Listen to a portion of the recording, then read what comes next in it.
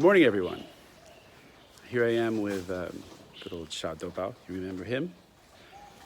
Outside my apartment in our lane. We begin in front of the waste deposit area where we put our trash, which joins all the other trash, which goes into landfills and perhaps some in recycling and so forth. A part of the contemporary Earth systems scene, right? But more importantly, I want to get back out here with my dog because we're watching Cave of Forgotten Dreams. And there's a lot we could say about this film. It does many very interesting things. But one is to ask us to think about our relationship to non-human animals. And that relationship is stranger than we often think, right? We look at my buddy here. Hey, buddy. What's up? And, clearly he's a dog. Clearly he's not human, right? Although some people say he bears a resemblance to me, at least in the hair department.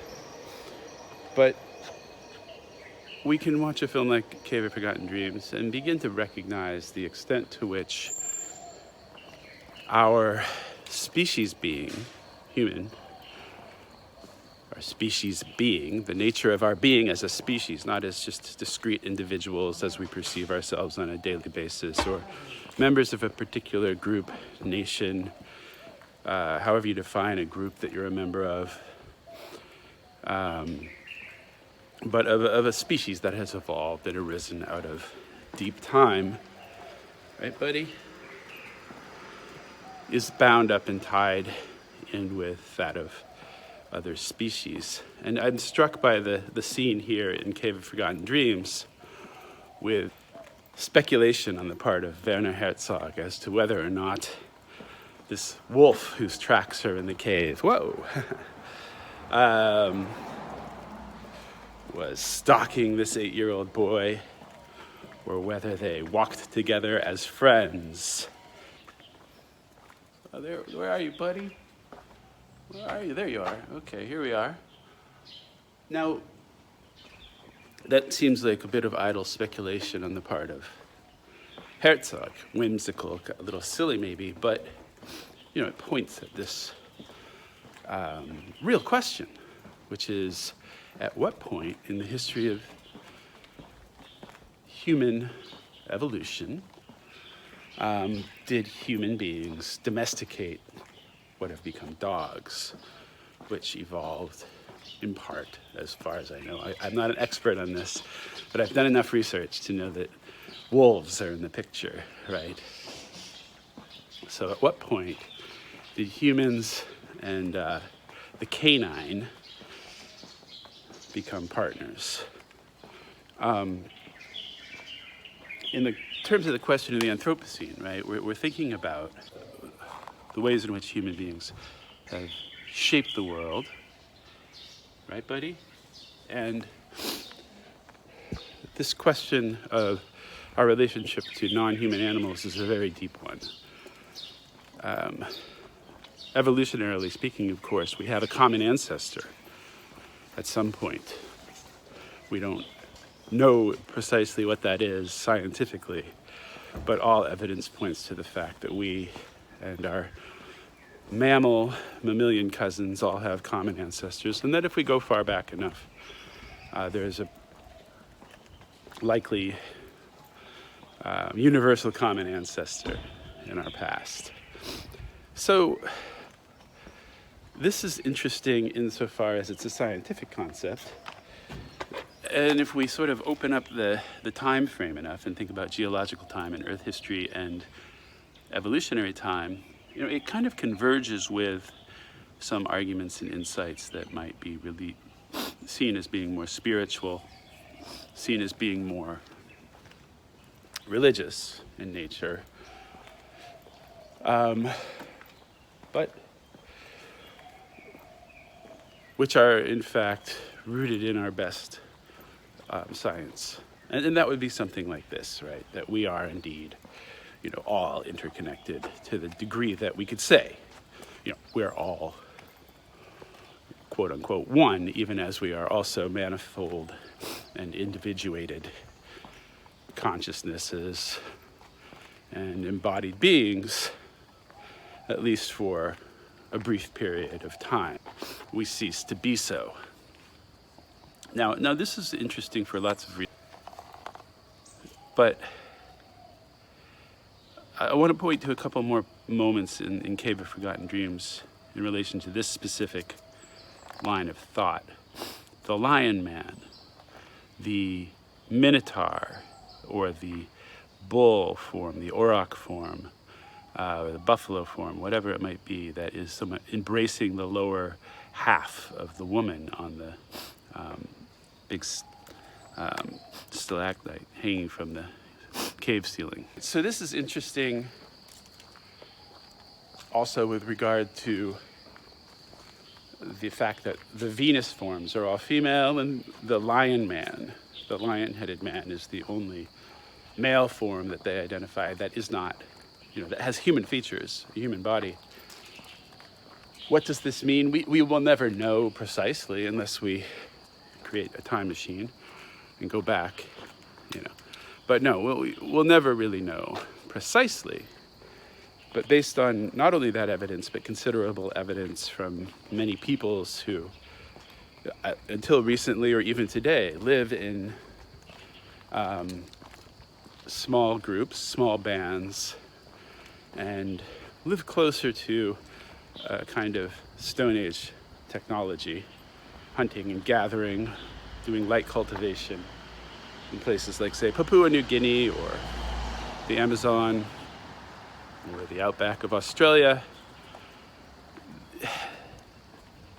The fundamental linkage in our minds, in our deep psyche, culturally, between us and animals is deep. One way to think about the question of the Anthropocene is then that the past, right? When did this start? What's the evidence? It's cultural. What kinds of stories do we have? What kinds of artwork do we have that represent this?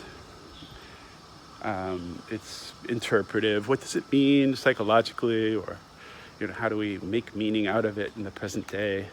Or understand how past cultures saw the world? But it also has a future dimension, right? Which we see with regard to this strange postscript in Cave of Forgotten Dreams. We see it with regard to the speculation at the end about a future in which these mutated crocodiles might somehow, tens of thousands, hundreds of thousands, millions of years hence, regard the walls of the cave underwater, swimming through this cavescape. And what are they looking at, right? And what are we looking at when we look at them and think along these lines? The idea at the end of the film being that, in a sense, the relationship might be as strange as that between us and our ancient ancestors 30, 40,000 years ago, who were, in a sense, regarding or looking at, as we look at the walls of Chauvet Cave, which is also ourselves, right? Because we are inseparable in an evolutionary sense, in a literal sense, not some spiritual sense, but we literally arose from them, right? Genetically. And Neanderthals are part of that too. I probably have some Neanderthal DNA in me.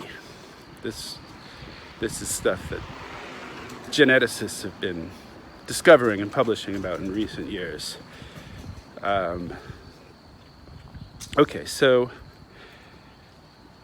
I don't want to keep going on this, just to say that this is something we'll talk more about moving forward in other sections of the class as well, and it's just one thread that we can follow through and think about.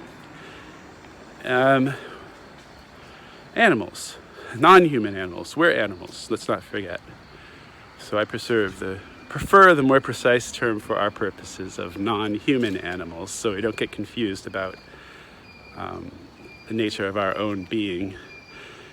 Although one of the things we as humans do certainly frequently is to invest ourselves with a sense of exceptionalism, right? We are unlike other animals.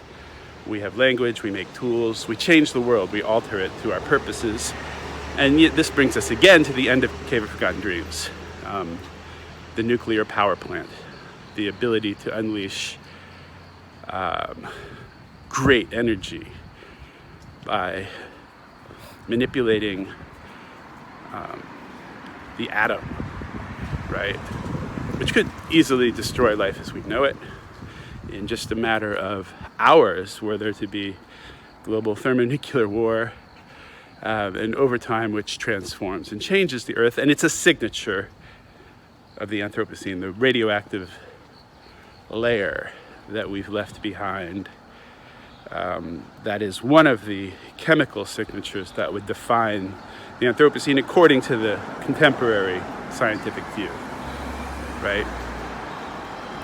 And it's also part of the story of extinction, the end of the line for a particular species. This question of extinction looms large.